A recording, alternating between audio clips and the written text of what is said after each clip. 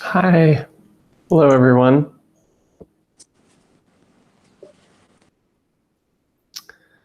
So we'll begin with some practice. Let's begin by bringing awareness into our bodies.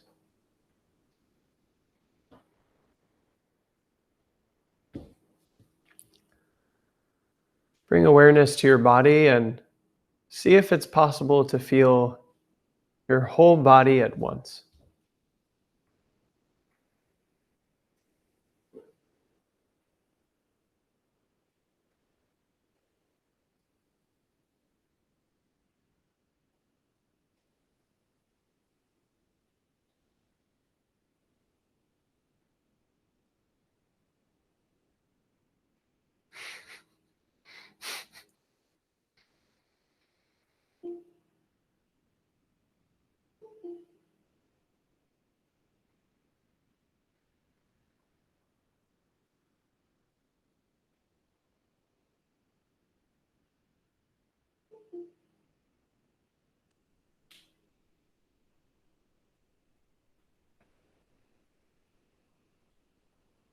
As you bring awareness to your body, see if you can zoom out so that your awareness isn't on any one particular location, but you're aware of as much of your body as you possibly can.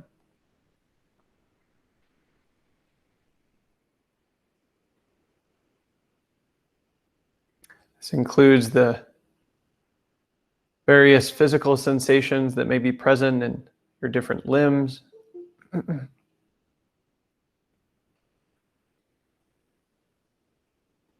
But it also includes your emotional body.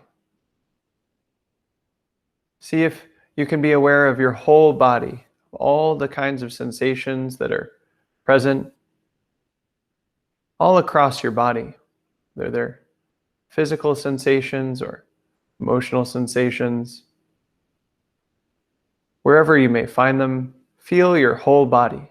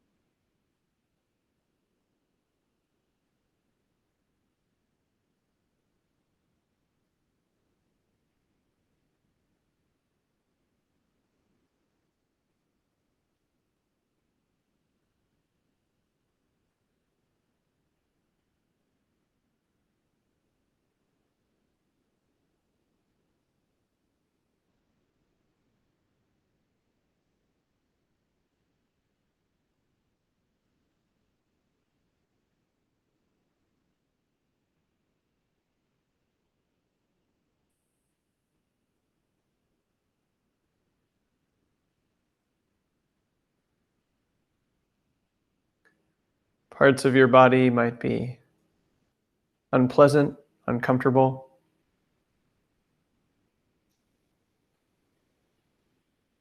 Other sensations might be pleasant, enjoyable. And some sensations might be neutral, neither pleasant nor unpleasant. Whatever you find, allow your body sensations to continue. Just notice them as they are, whatever quality they have.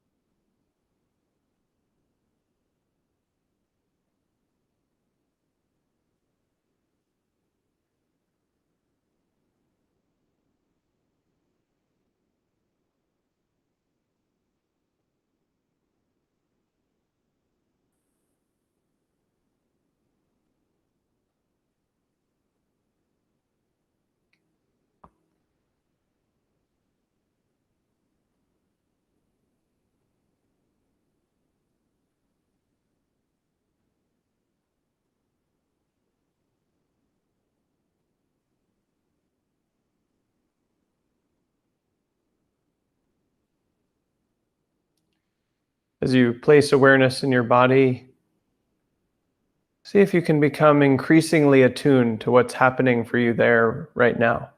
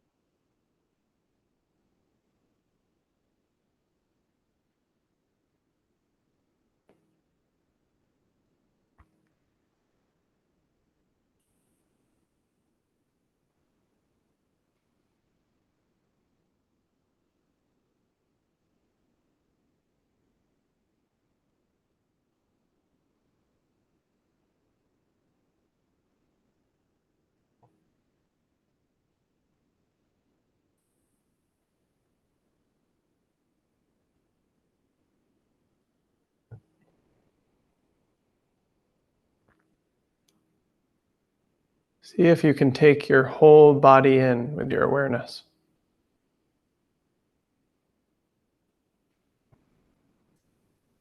Zoom out to cover your whole body.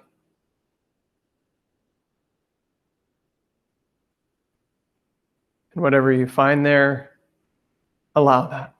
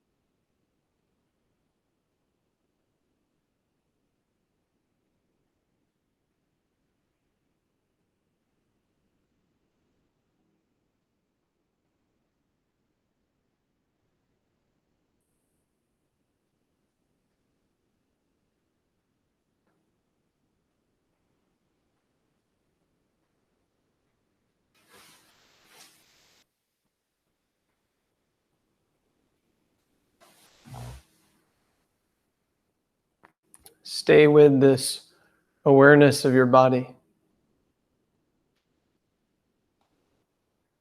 If you become distracted, simply notice that and gently return your awareness to covering your whole body.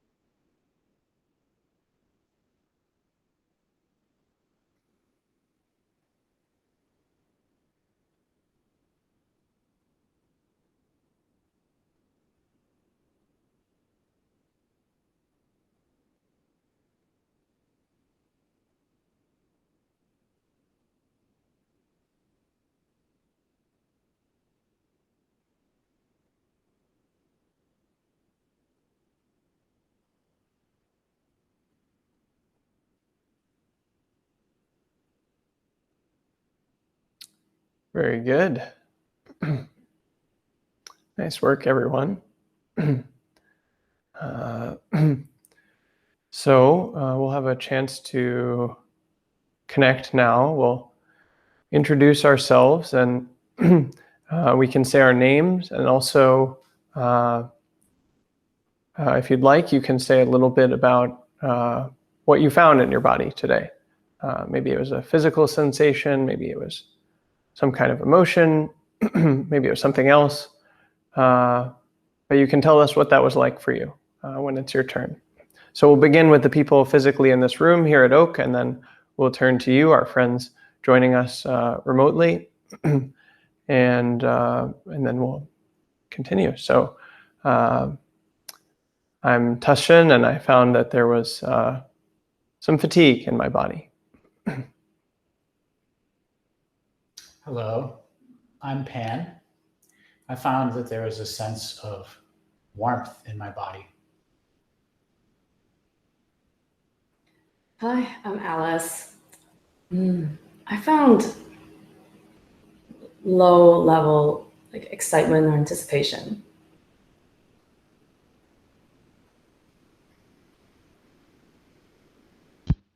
Hi, I'm Zeb. I guess what struck me was how distinct my mind and body were. When I had thought, it really pulled me out of my body.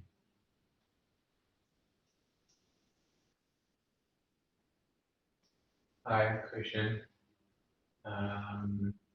Just noticed I'm really excited. My body seems talkative, for lack of a better word, and a lot of joy. I'm Kyle.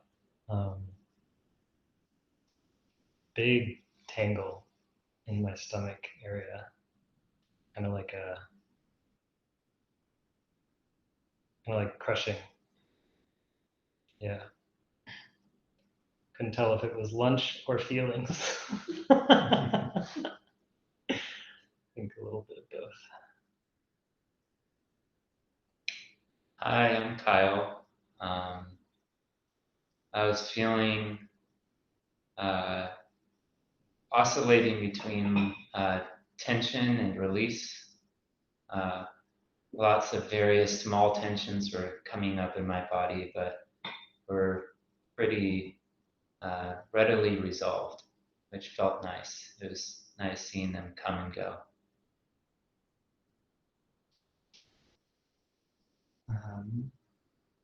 So let's go to Tasshin.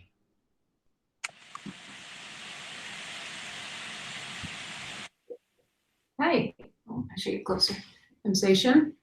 I felt some tension in my jaw and pain in my shoulder blades.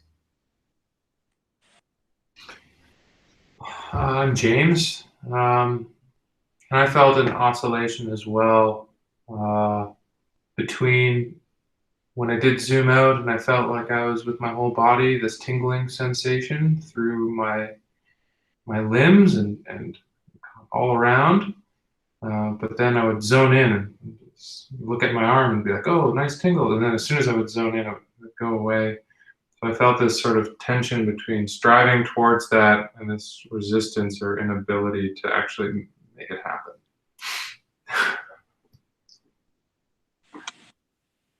Hi, I'm Colin. I found breath sensations in lots of different places. Yeah, lots of waviness and tingling. I also found some pain in my back, some tension. Let's go to Daryl. Hi, I'm Daryl. I just noticed how instantly I responded to the setting, the voice, just the magic of being included in this format. I'm at our lake cabin. I felt the warmth and the breeze, and it just let me get centered in present time and quiet my mind. And that's just such a rare, wonderful oasis for me. Let's go to Pam.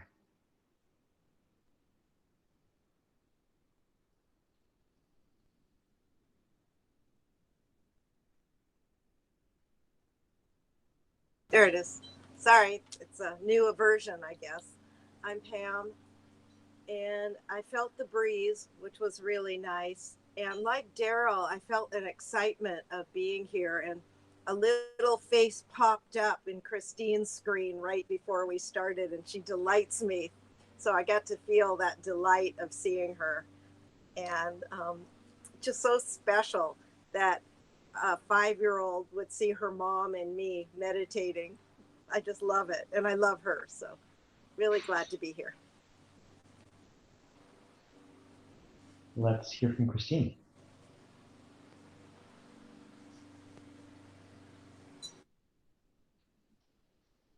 Hello, I'm Christine. And I completely didn't feel anything in my body at all except I hope the brain is included, because I was able to completely forget all previous thoughts that had been crowding up in my head. And it helped me completely almost feel like I was vaporous. I know that sounds really, well, it was real, and I needed it really badly because there's so much activity going on everywhere right now with work and responsibilities, and I'm very grateful to be here with you all and have this moment of total peace to just sit and clear the mind, forget the body, actually. So that's what my time was like. And thank you for taking me there. Let's go to Gary. Hello, I'm Gergely, and the three things I noticed was kind of a general pleasant tingliness in most parts of my body, a little tension or kind of pain in my left knee, and also sort of a sensation of heaviness or sadness in lower part of my stomach. And Brian. Hey, I'm Brian. I felt some kind of sadness, sorrow in the pit of my stomach, a lot of sleepiness, especially in my eyes. And I don't usually sit in a chair, so I also kind of felt the kind of forces of like my feet against the ground, and the different kind of sensations instead of sitting on a cushion. Thank you, everyone.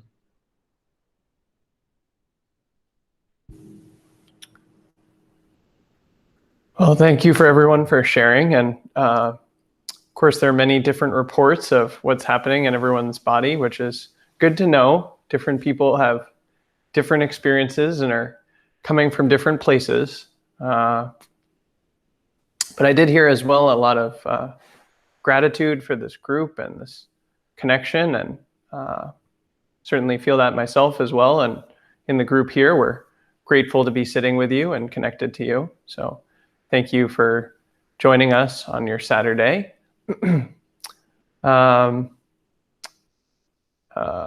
Before I dive in, I also want to mention that we'll be talking about some topics today that could be triggering for some people. We'll be talking about old age, sickness, and death. And I imagine the meditation will be a little bit challenging as well. So just a warning for you, if that's challenging, feel free to, you can always feel free to go. You can switch techniques, do a totally different technique than what I suggest. And you can also let me know afterwards what this talk and meditation was like for you. It's always good to get feedback. So my email is Tasshin with 2 S's, Tasshin monasticacademy.org, and would love to hear from you if you have any feedback, positive feedback, constructive feedback. This was terrible feedback, questions, concerns, anything like that. You're always welcome to email me. And Christina, do you have a young friend with you at this time or not? She stepped in at the very beginning, but she's now in another room, and I'm in a room alone. Okay, great. Just wanted to know before giving this talk. No, she just stepped in to look at what I was doing when I was in a room where there were too many people around, so I came into a room where there's no one. Gotcha. So, well, young friends are always welcome. And I'm squeezing in this time, but I'm able to do it. So when I can't, I'll step out. Yeah. Just so people know, you're welcome to bring people of any age here. And I would probably give this talk a little bit differently if she was with us. So just good to know. So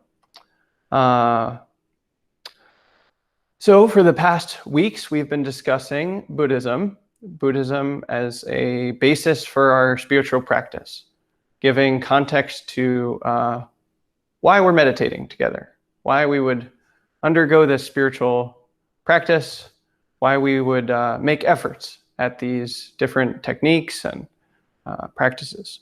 And in particular, we've been moving through some of the many numbered lists in Buddhism, talking about the different collections of items that are helpful for us to remember. They help us to understand the teachings, relate the teachings, and apply the teachings. A big theme of the numbered list has been the Four Noble Truths. We've discussed essentially that there is suffering and that there's an end of suffering. There's suffering, cause of suffering, an end to suffering, and a path from suffering to the end of suffering. Those are the Four Noble Truths, which can be summarized by saying there's suffering and there's an end to suffering. We start practicing because we see for ourselves that there is suffering and we wish to resolve it. And that's what we're practicing for. That's the direction that we're going in, finding the resolution of suffering. Of course, we want that for ourselves, but we also want it for the world. We see that there are enormous problems that we're facing as a species and on this planet at this time. And out of compassion, we seek to resolve that. We know that large, systemic, civilization-wide and even planet-wide change will require enormous shifts.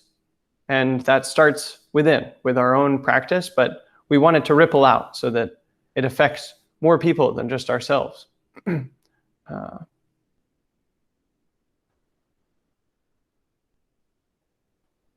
Another numbered list that we've been sort of skirting around but haven't addressed directly is the Noble Eightfold Path. This is included in the fourth Noble Truth. We say that there's a path from suffering to the end of suffering, and that's the Noble Eightfold Path. They're nested inside of each other. And in fact, if you look at the Noble Eightfold Path, there are further numbered lists nested within some of those items. So really made use of this pedagogical tool. But it is very helpful. It allows us to connect the different ideas and relate them and see the big picture. For many of us in this time, in this era, we're exposed to spiritual practice through meditation.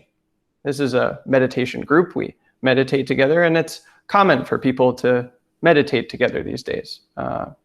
Encounter mindfulness and meditation in lots of different settings. There are apps, there's programs, there's groups, there's books, magazines, all kinds of things about mindfulness.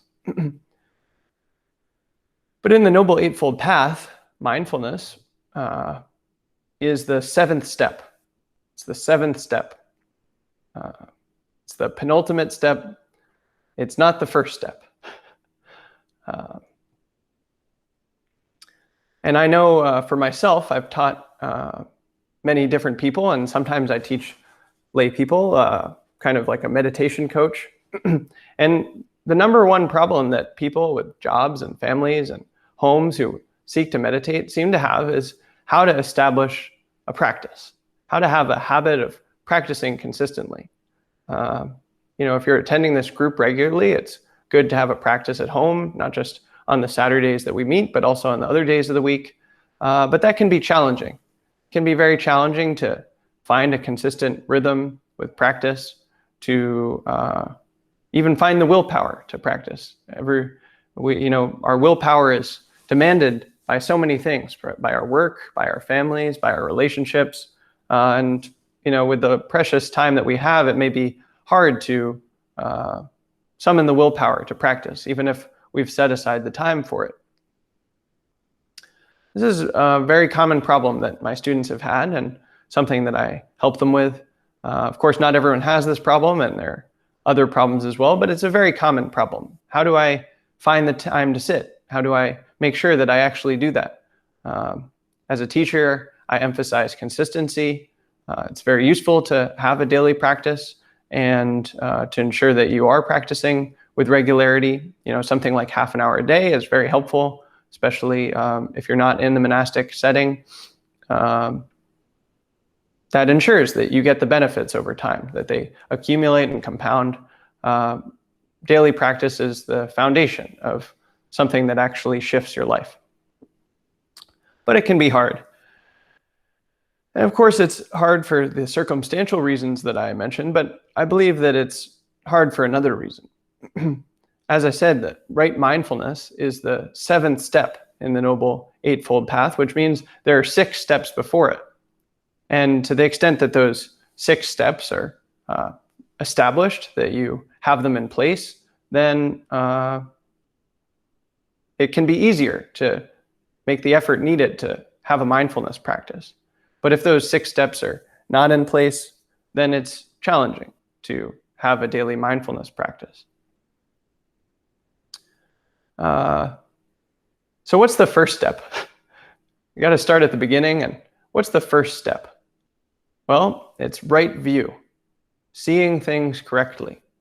The Buddhist teachings make a claim that there's a right way to see things. There's a right way to see our life. There's a right way to see our practice. And if we see things correctly, then the rest comes naturally from that.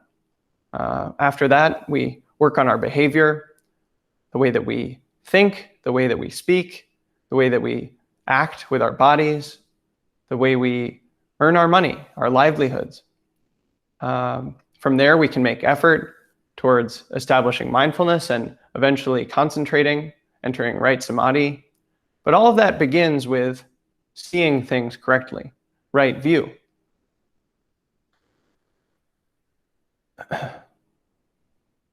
And that brings us to the subject for today, which is the subjects for contemplation. There's a sutta in the Anguttara Nikaya, which is the numerical discourses that we'll be discussing today, but you might find it useful to look it up after this talk.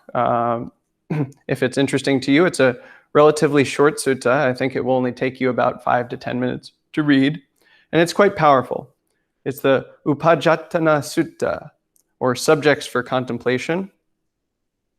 It's in the 5th chapter of the Anguttara Nikaya, in the chapter of fives, because it covers the 5 facts that one should reflect on often. And it's the 57th section of that book. You can find this on accessedinsight.org by searching subjects for contemplation. And I'll just read the beginning of this sutta for you. There are these 5 facts that one should reflect on often, whether one is a woman or a man, lay or ordained, whether one is taking the householder path or taking the monastic path. Which 5? I am subject to aging, have not gone beyond aging. This is the first fact that one should reflect on often, whether one is a woman or a man, lay or ordained.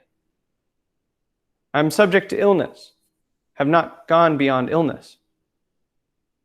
I am subject to death, have not gone beyond death. I will grow different, separate from all that is dear and appealing to me. I am the owner of my actions, heir to my actions, born of my actions, related through my actions, and have my actions as my arbitrator. Whatever I do, for good or for evil, to that I will fall heir. These are presented as facts. This is the way it is. And many of these are familiar to us. They're uncomfortable perhaps, but they are familiar, and some of them are not so familiar.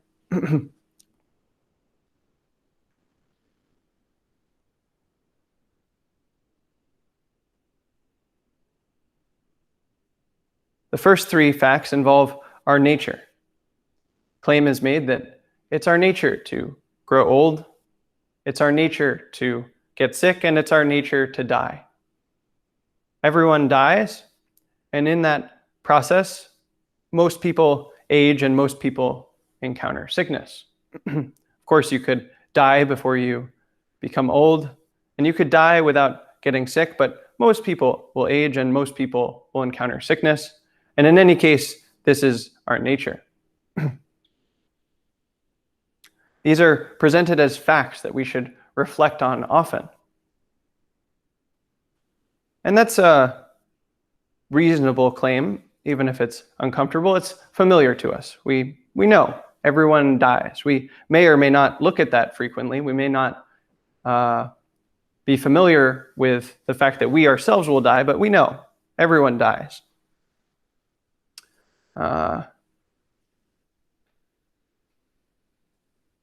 The fourth point is about the things that we hold on to. In this life, we can be attached to different relationships, different contexts, different identities. And the claim is made that all of that will be taken away from us. People we love will be taken away from us.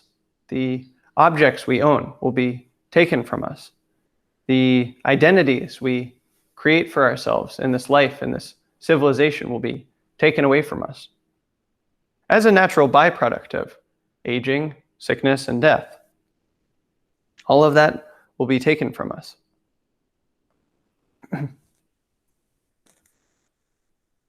So we can also reason ourselves into this. What is this fifth point? I am the owner of my actions, heir to my actions, born of my actions, related through my actions, and have my actions as my arbitrator. Whatever I do for good or for evil, to that will I fall heir. This is also presented as a fact. And yet it may not be so familiar to us. But in the Buddhist worldview, there are actions, and those actions have consequences. Good actions have good consequences, and bad actions have bad consequences. In the traditional Theravadan Buddhist worldview, those actions can persist through lifetimes. Not every Buddhist sect believes in reincarnation, but traditionally the Theravadins that collected this sutta and others described reincarnation, that there are multiple lives. And so this may help make sense of this, that your actions in this life may affect you in a future life. Even if you don't see the consequences necessarily in this life, you will fall heir to what you do. But even in this life, even if we don't accept reincarnation, we can see this to some extent.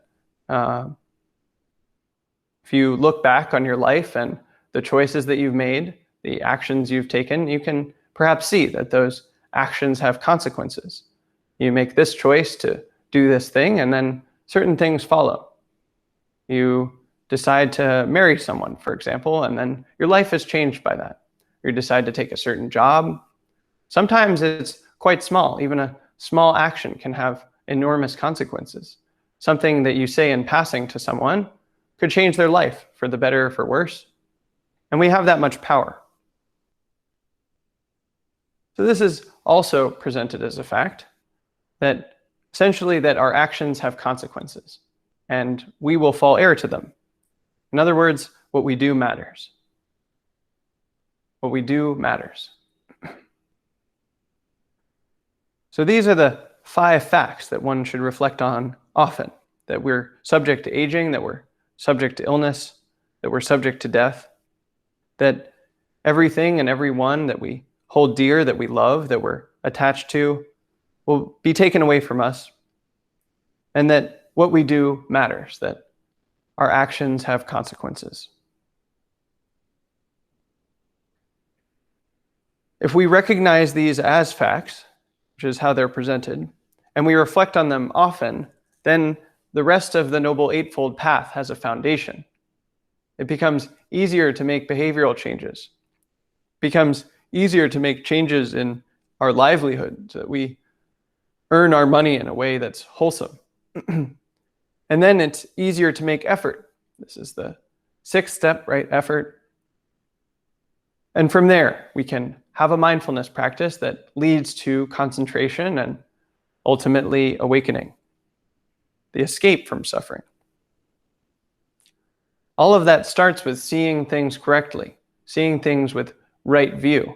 And if we reflect on these facts often, right view will naturally arise. Unfortunately, if we don't reflect on these facts often, then various delusions can take root in our mind. The sutta goes on to describe ways in which we can be confused about each of these points. For example, young people like myself and those here at Oak, it's easy for us to become, as the sutta says, intoxicated with youth. We forget that we will age, and we think this is permanent. I'll just always be young. Those of you that are older than us can see clearly. That's delusion. You too will age. It's good to remind people of that if you have that kind of a relationship. You might not, but it's kind to do that. But unfortunately, if you have this intoxication with youth, that leads to bad actions. If you are deluded about the way things are, then it's natural that your actions would be disproportionate, that they'd be based in that delusion. Not because you intended to do something bad or unhelpful, but just because you weren't seeing things correctly. You don't see that you will age, and so you act in a way that takes too much stock in your youth. So in other words, if you have wrong view about aging, then it'll be easy to have actions in your mind, in your speech, in your body that are based in that delusion and are therefore wrong action. And the same is true for the other facts. You can be intoxicated with health and therefore be deluded about the fact that you're subject to illness and sickness. It's a really nice point after you get sick. Maybe some of you know if you've been sick and then afterwards you return to health, and there's a moment where you haven't forgotten that you were sick recently, and but you also are enjoying the state of having a healthy body again. It's so relieving. I get to experience this healthy body, and I know it doesn't have to be this way. But if you reflect often on the fact that you're subject to illness, then even when you have health, you can enjoy that, even without the price of having recently been sick. You can be grateful for the fact that your body is healthy. And similarly with death, all of us are currently alive, and it can be easy to forget that we're going to die. Very easy, in fact. Arguably, other people profit off of you forgetting that you're going to die.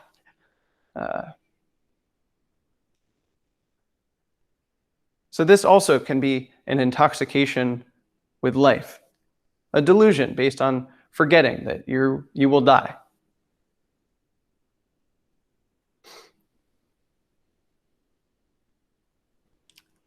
In the same way, you can be overly attached to things that you find dear and appealing, so that you feel desire and passion for them, that you cling to them. You cling to things that you enjoy. And of course, In the Four Noble Truths, clinging is said to be the cause of suffering. And so naturally, that leads to suffering. You can be deluded about the fact that everything you love will be taken from you. And finally, it's very easy for us to forget that our actions matter. Again, a lot of our society is built on distributing the belief that what you do does not matter, that you do not have power, that your actions do not have consequences. Here too, I believe people profit off of that delusion. And so in that way, it's a rather radical thing to believe that what you do matters and to act and live accordingly. So radical action. Civil disobedience, you might say. And unfortunately, if you live a life based on believing that what you do doesn't matter, then that will have bad consequences. But if you believe that what you do matters, that your actions do have consequences, then the rest will follow and you can live in a way that you're proud of. And that can be the basis for a spiritual practice that has real beneficial consequences.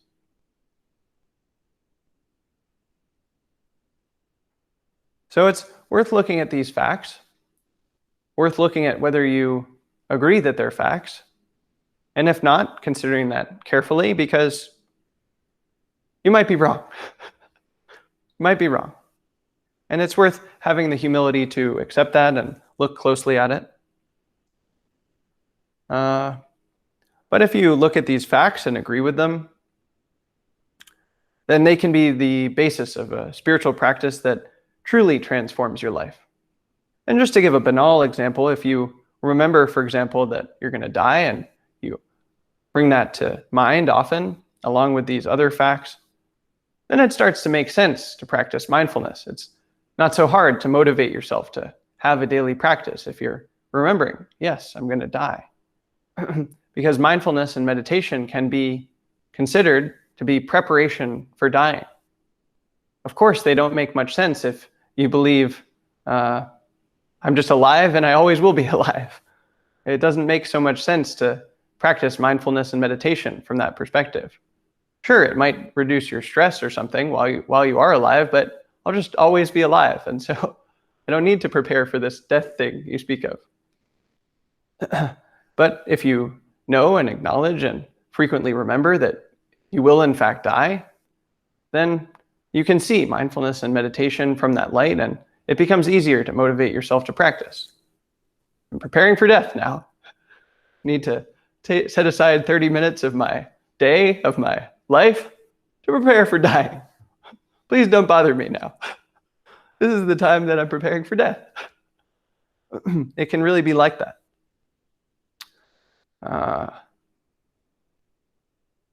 And while this can, of course, be uncomfortable, it can also be liberating, freeing, joyful, because you're coming to terms with what is.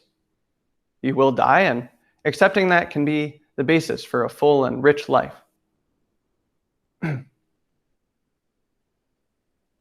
So we'll have a bit of chance to explore right mindfulness today, to make effort, to meditate together, and perhaps these facts that we've reflected on will affect that practice, will change the way we see it and therefore the way we practice it.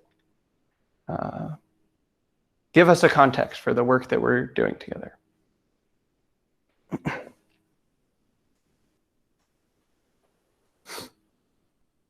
So we'll take a few moments to stretch if you'd like, to move your body, get some water, use the bathroom, whatever you like. And we'll meet back here in 3 minutes at 2:52 our time.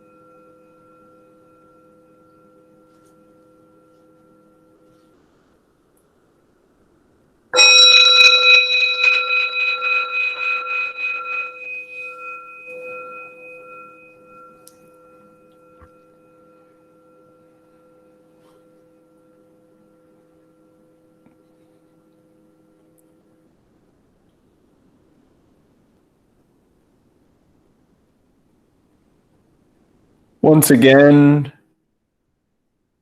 bring your awareness to your whole body. Feel your whole body.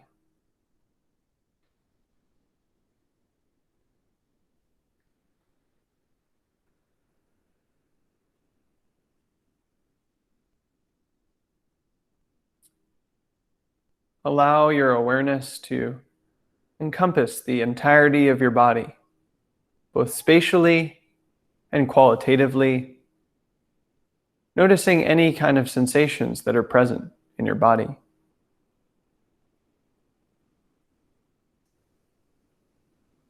Throughout this exercise, we'll be using our body and shifting our focus within our body. So begin with a whole body awareness.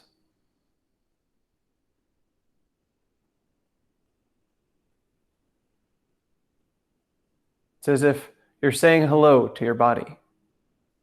What's here? And simply allowing that.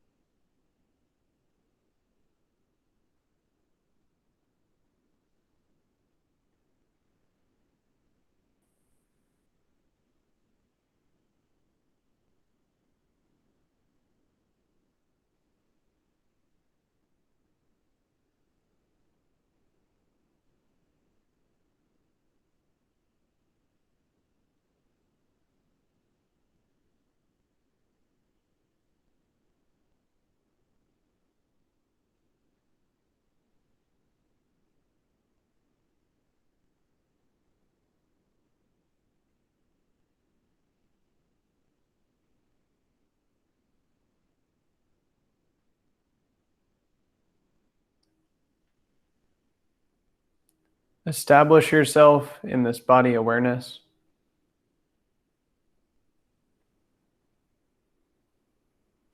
If you become distracted, notice that and gently return.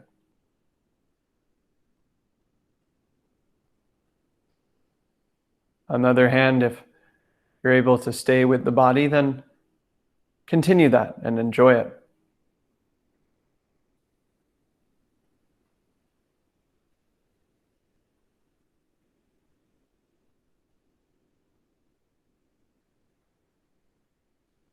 Either way, it's an opportunity to improve your concentration, noticing distraction more and more quickly, or sustaining your concentration power across time.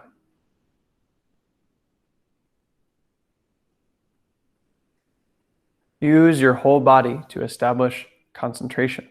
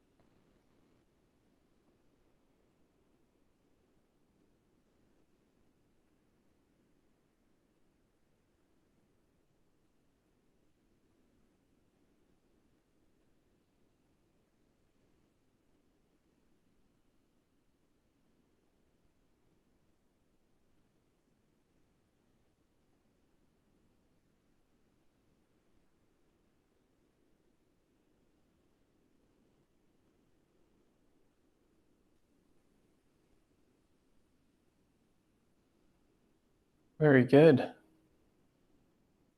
Having established ourselves in whole body awareness, we're going to shift the focus of our awareness to a more limited scope.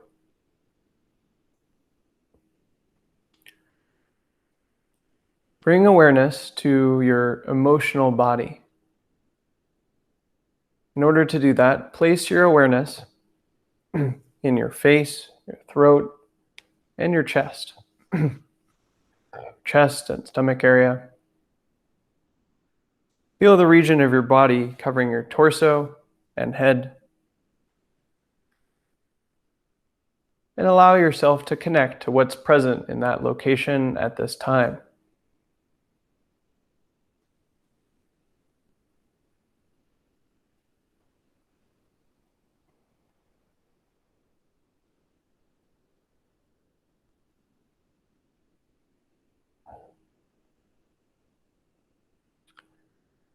Notice in particular if any emotions are present for you.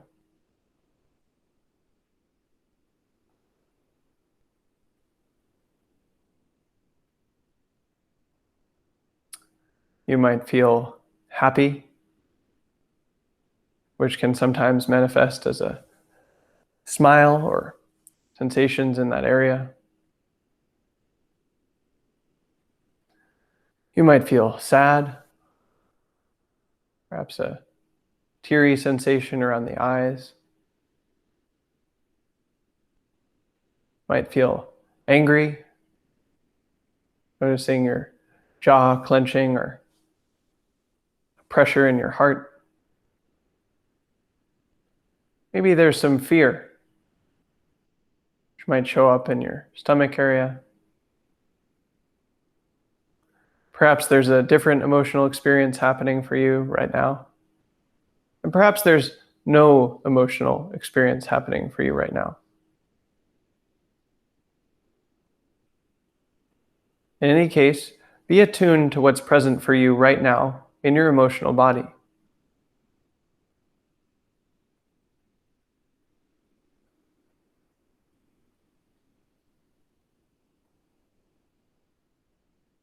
We're limiting our focus in two ways. One, to a specific region of our body, from our face to our chest to our stomach, and the organs in those areas. And we're also limiting our awareness to a certain kind of sensation, to emotional body sensations.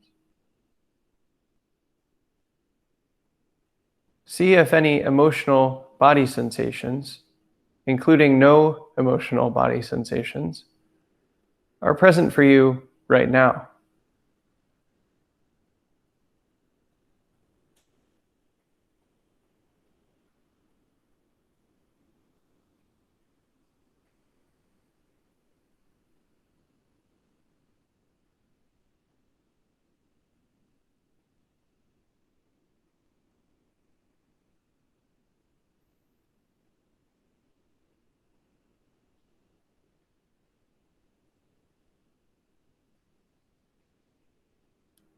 The challenge here is to notice and accept whatever's present in our emotional body.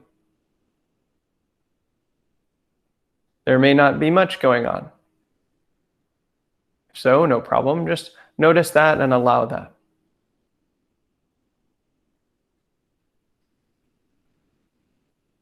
Perhaps there are unpleasant emotions present for us. If so, notice that. And try to allow that, being okay with the discomfort.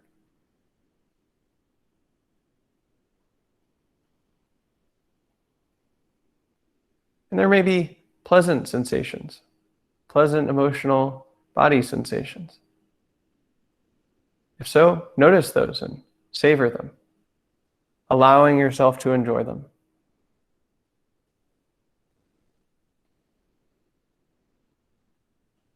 Stay with your emotional body for moment to moment.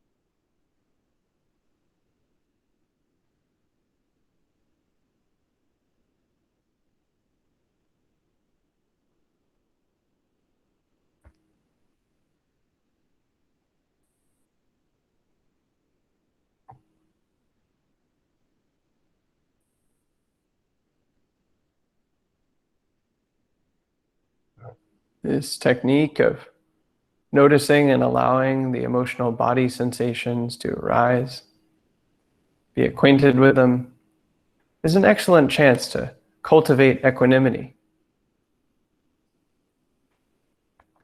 Whatever's there, we allow it. We accept it as what is, without trying to push it away or hold on to it. Simply notice and allow what's present in your emotional body right now.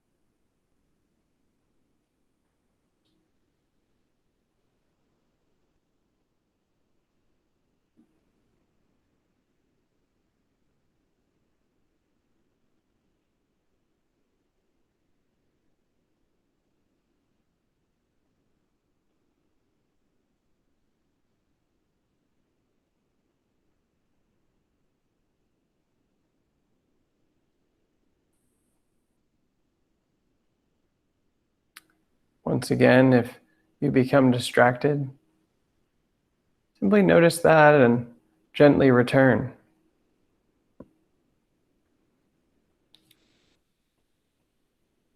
And if you're able to stay with the emotional body from moment to moment, notice that and enjoy it, savoring the rewards of concentration power.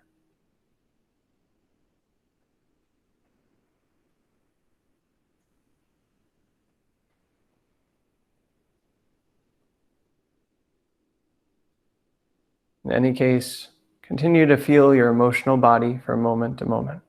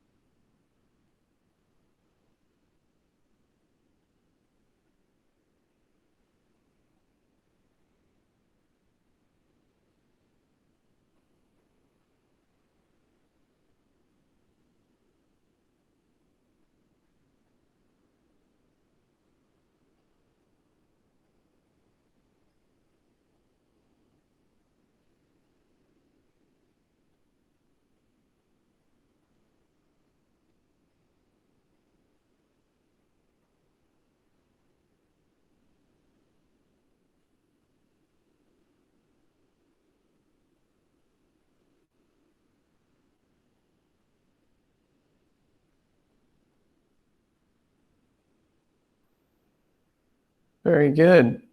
And once again, we will be shifting our focus, limiting our focus. Shift your awareness to the breathing sensations at the abdomen.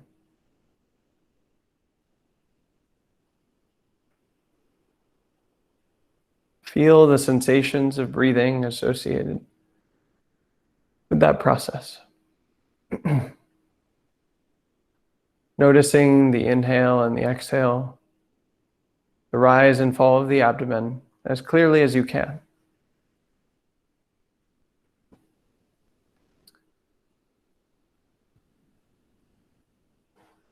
Notice in particular if this awareness of the breathing process is shifted by the good prior work you've already done. Does the concentration power and equanimity that you've cultivated transfer over to this newer and more limited focus space? In any case, stay with the sensations of breathing from moment to moment.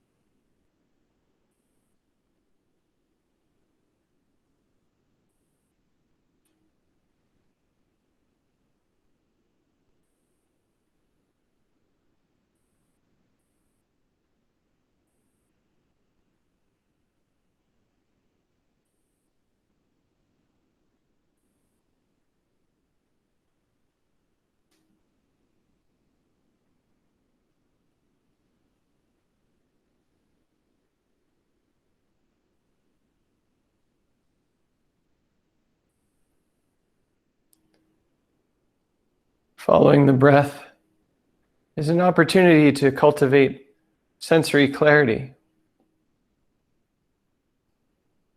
to notice with more and more detail what's happening from moment to moment in that area of your body.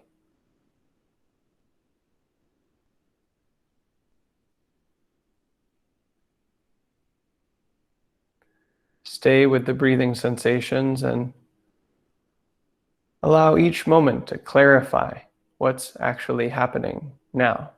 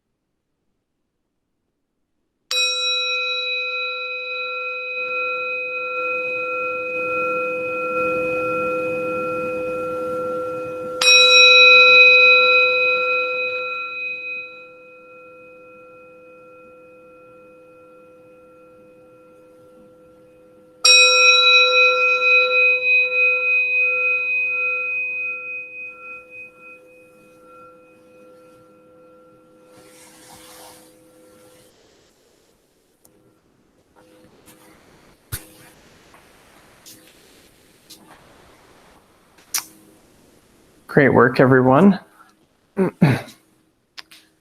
So this is a time for group sharing, for any comments you have or questions, reports, anything at all. This time is yours.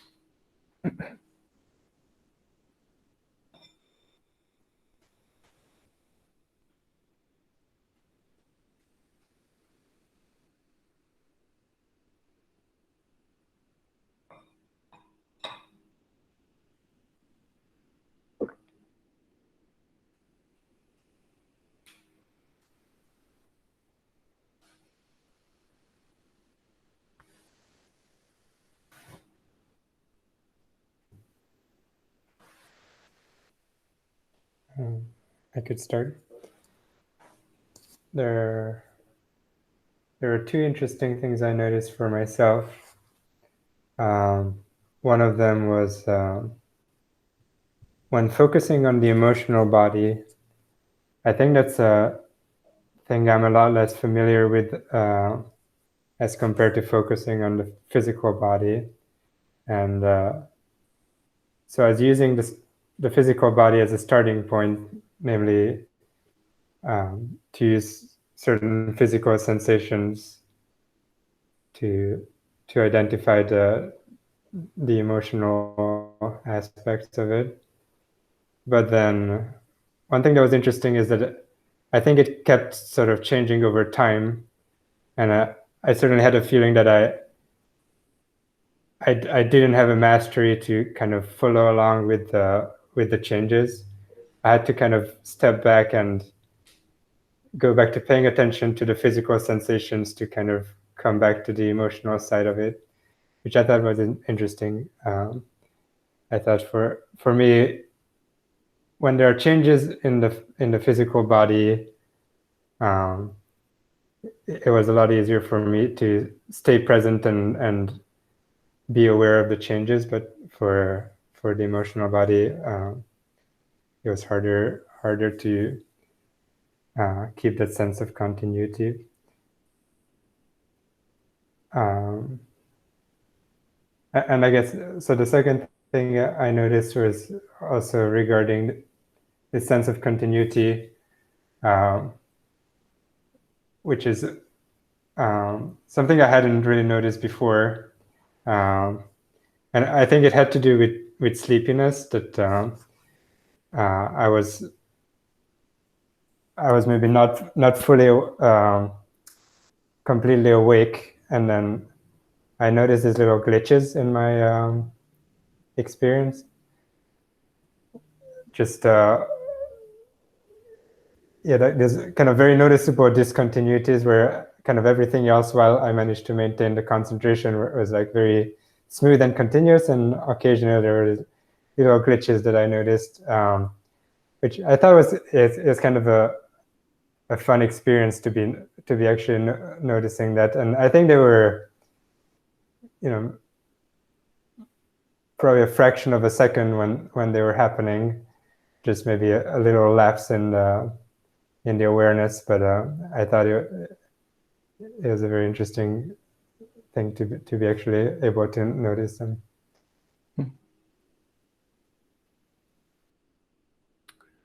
Wonderful reports. Thanks for sharing. Yeah,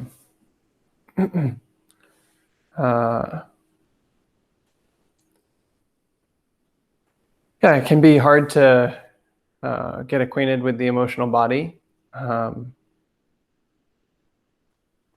So it's good that you tried, and I also like that you were creative and shifted to paying attention to the physical body, since that was easier for you. It's always a good idea to make adjustments to meditation according to what you need and what you're finding for yourself. And so that was an excellent shift that you made, adjustment. And practice makes perfect with that. If you try this exercise again and again and again, it'll get easier. Especially if, as you go about your life, and, various emotions will happen. I'll get angry at someone, or feel sad about something, or be afraid, or overjoyed, or whatever it is. That's just part of the deal of this life thing. You're going to have emotions, and if you repeat this exercise as you go about your life, then you'll start to get acquainted with what this emotional body is all about. And typically that helps. It can be difficult to experience these emotions, and it can be difficult to express them skillfully, but having awareness of what's actually happening in the body can make it easier to act skillfully, and certainly just to notice that, for example, you're emotionally activated. So it's an exercise worth doing. It's worth repeating so that it gets easier over time. I know for me, it's been a journey. Wasn't really acquainted with my emotions about 10 years ago when I started meditating, and over time got acquainted. Learned to work with them, learned to notice them, feel them, express them. And it's a journey worth taking. A lot of areas of my own personal life have gotten easier because I've been able to notice and express emotions. And so we were working on the first half today, noticing them. That's the first step, but we can bring that into our life as well.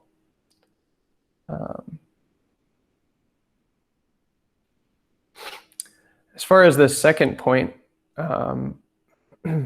about distraction and the gaps, you notice these like fissures in your concentration. That's excellent. It's great that you notice those, and it's great that they are so short. Noticing those gaps, those breaks in concentration,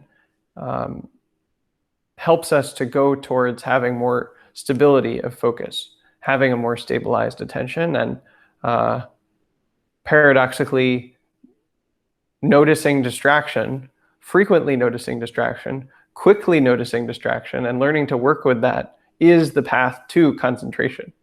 It's not like you go from no concentration to total, perfect, flawless concentration. Developing concentration actually requires developing a relationship with distraction. So it's great that you notice those gaps in your attention, and that you came back so quickly, and that will bear fruit with increased concentration over time.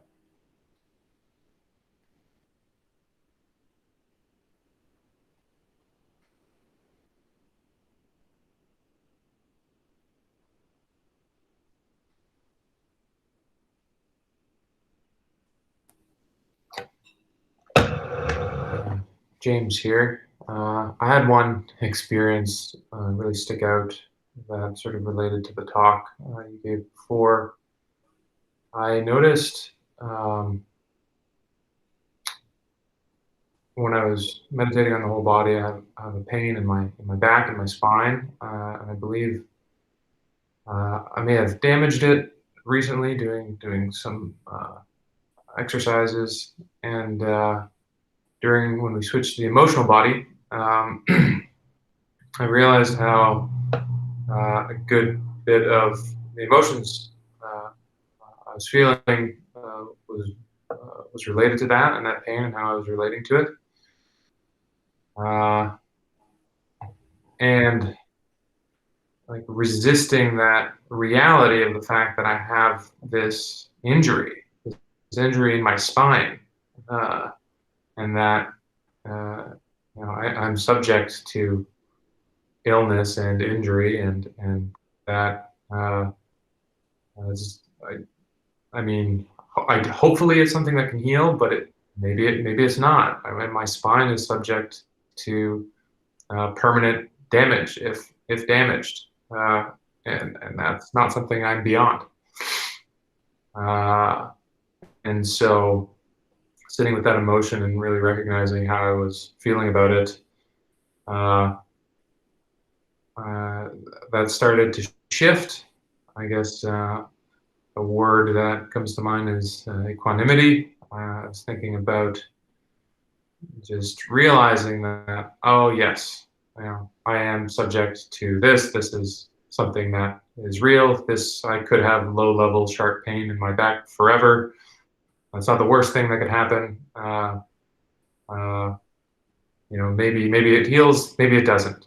And how does that feel? And it felt really relieving, even considering that it's possible that it never goes away. And to realize that pain could never go away, and to really face that reality, that truth, and then to notice my emotions shift to a more pleasant one, was probably what stood out most in my. This is a great report, James. Would you mind saying what the emotions you noticed were before you found that relief? Yeah, it was.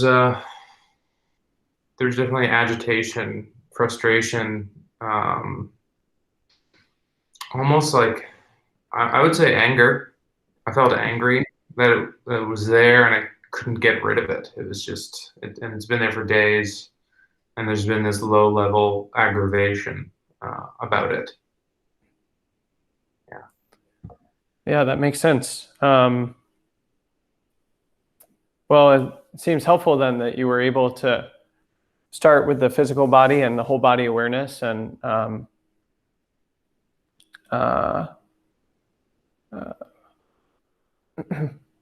thank you. That seems good, and then you could shift to noticing the emotional qualities. And on the one hand, you said that something like you noticed this resistance to the physical pain on the emotional level, and I think that's a valid way to look at it. That you're angry at your body for changing, for hurting, for being subject to these things. But it also makes sense, right? Like, it makes sense that you would feel angry about the state of affairs, and it's sort of like a grieving process, right? You can have all kinds of emotions come up. You could imagine a world in which you just felt really sad about the pain that you're feeling in your back, right?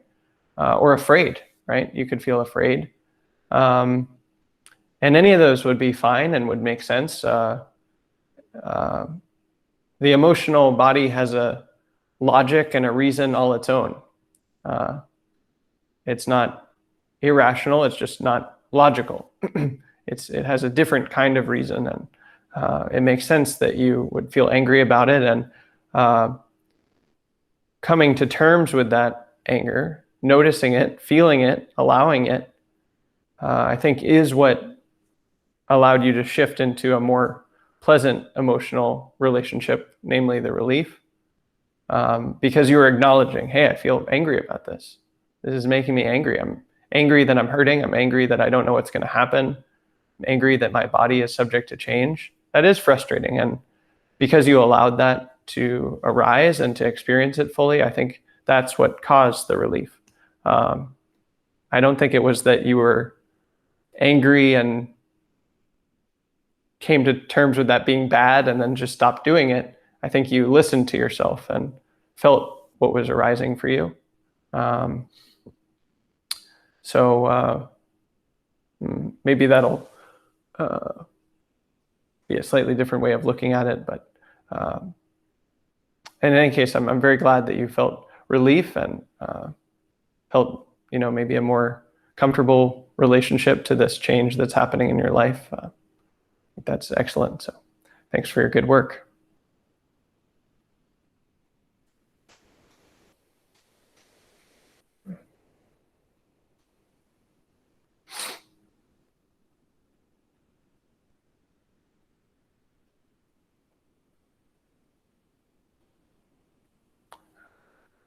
I found this good.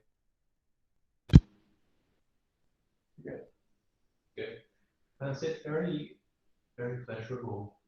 Can't hear you, so.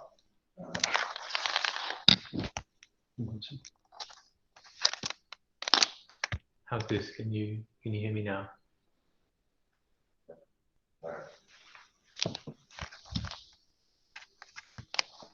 How about if I stand here? I'll have to shift the microphone to the laptop.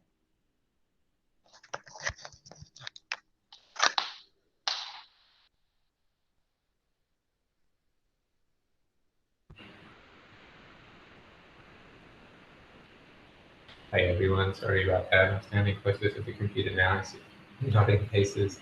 Found it very, very pleasurable. I also noticed this kind of this drowsiness. It wasn't really sleepiness, but it was more like time just passed by really quickly. And I only really noticed that at the end, and then I was feeling shame at having let the time kind of slip by without noticing this more subtle kind of drowsiness. But I also liked it a lot, and so I didn't trust the shame at all. And was the pleasure associated with this subtle drowsiness, or was it a different kind of pleasure? It was, it just seemed easy.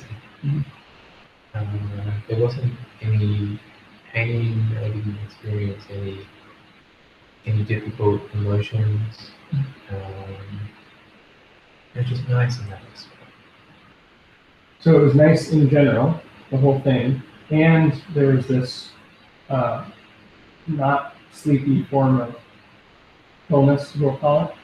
Yeah. And that itself was also pleasant, but it was a different kind of pleasant from the overall just enjoyment of the meditation session.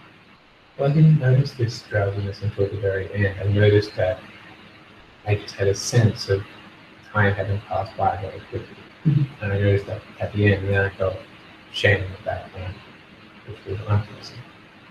Right. What I'm trying to figure out is the pleasantness that you felt the whole time before you noticed the sleepiness seems, in retrospect, to be related to that dullness, or if it was separate from that.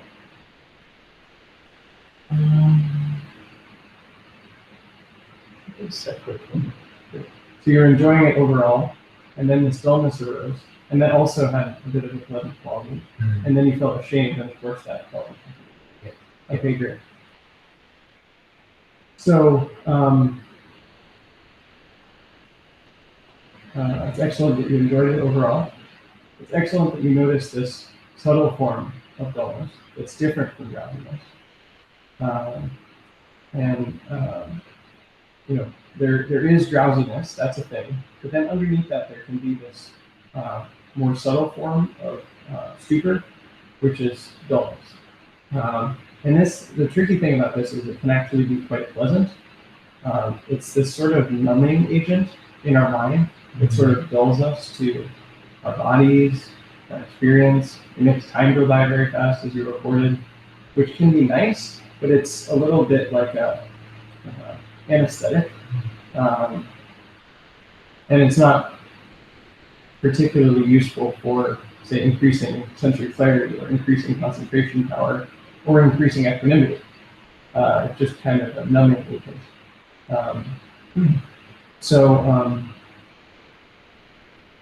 As far as the shame goes, I think that it's onto something, that this dullness is not helpful to you in your meditation practice. And of course, from the Buddhist perspective, shame about past actions is considered moral, helpful morally. This is different than just sort of ubiquitous self-loathing or something like this. It's not just like intrinsic shame or something, but if there's a specific action that you took that you feel was not skillful and you feel ashamed about that, that's actually commendable morally from a Buddhist perspective. And I think that's probably what's happening here, where you see, oh, this wasn't helpful to me. It made the time go by really quick. I wasn't making as much use as I could have of this time, and that's actually a useful insight as far as I can tell. The good news is you can make use of it now. So oh, this numbing agent, this dullness, that's not drowsiness, that's distinct from drowsiness, but is still a kind of stupor, is not helpful to me and doesn't increase mindfulness, doesn't increase sensory clarity, concentration power, and equanimity. And so if that happens again, I'll know what to do. You can use the same methods for cutting through drowsiness that you would for those with this, because they're basically cousins. Dullness, drowsiness, one is more like sleepiness, and this is just more like it's very similar to it. It's just not like a physical kind of sleepiness. It's that you're still kind of not taking in all of your senses fully in this area. So to me, that's actually commendable. It's great that you noticed that. That's a very helpful insight, and you can make use of it now. So, and there can be a relief from the shame in that if you are dedicated to making use of this insight. Don't have to keep feeling the shame if you listen to the wisdom in it. Mm-hmm.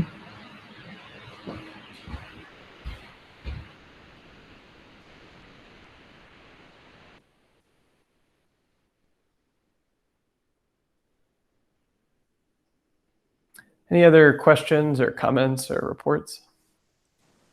Hi, this is Pam. Very helpful to hear about dullness. It's rare that in a sit that I don't have a lot of emotion. And I was curious about, my attention was in the front part of my body, my emotional centers. There just wasn't a lot, but and I had a few emotional outbursts earlier in the day, like angry, irritable, come on, where's your mindfulness kind of outbursts. And something's bothering the heck out of me. And when we sit to meditate, I'm dull. And that's a little disappointing. It's not a problem, but I'm just a little disappointed by it. And that's one thing. I do have a question. I was trying to piece together the very first thing you said and then the rest of your talk I believe you talked about making a practice, a daily practice, and the difficulties, which I'm well aware of.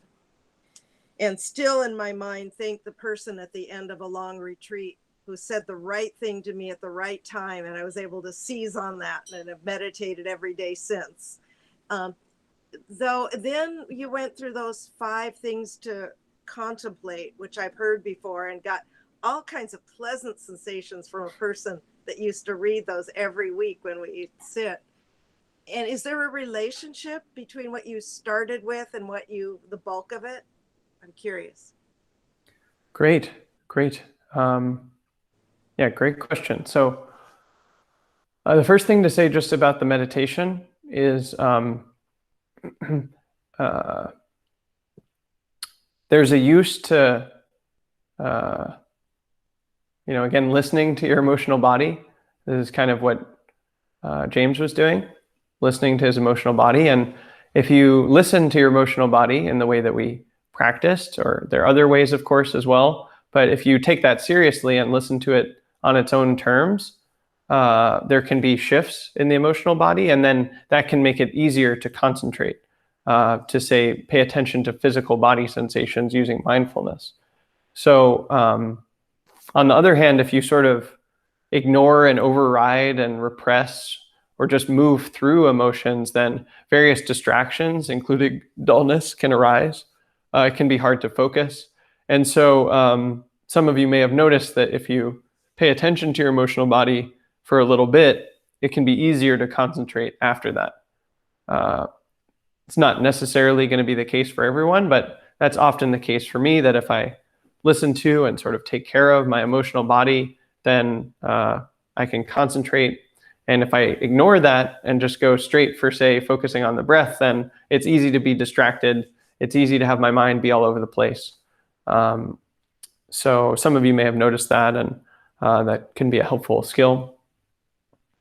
As far as how the points are related, basically I was claiming that it can be hard to establish a meditation practice if you do not have right view, and that reviewing these 5 facts frequently can itself bring about right view. And then it can be easier to develop a meditation practice. Does that make sense?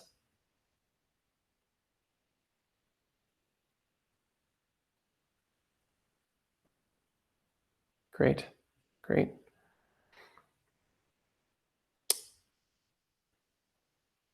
Okay, well, thank you everyone for joining us on your Saturday. It's lovely to be connected to you and to have this group, and we hope that you found this time useful and helpful in various ways, and hope to see you next Saturday.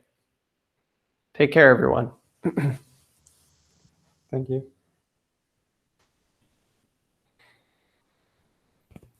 Thanks so much. Thank you. Take care, everyone. Thank you. Bye.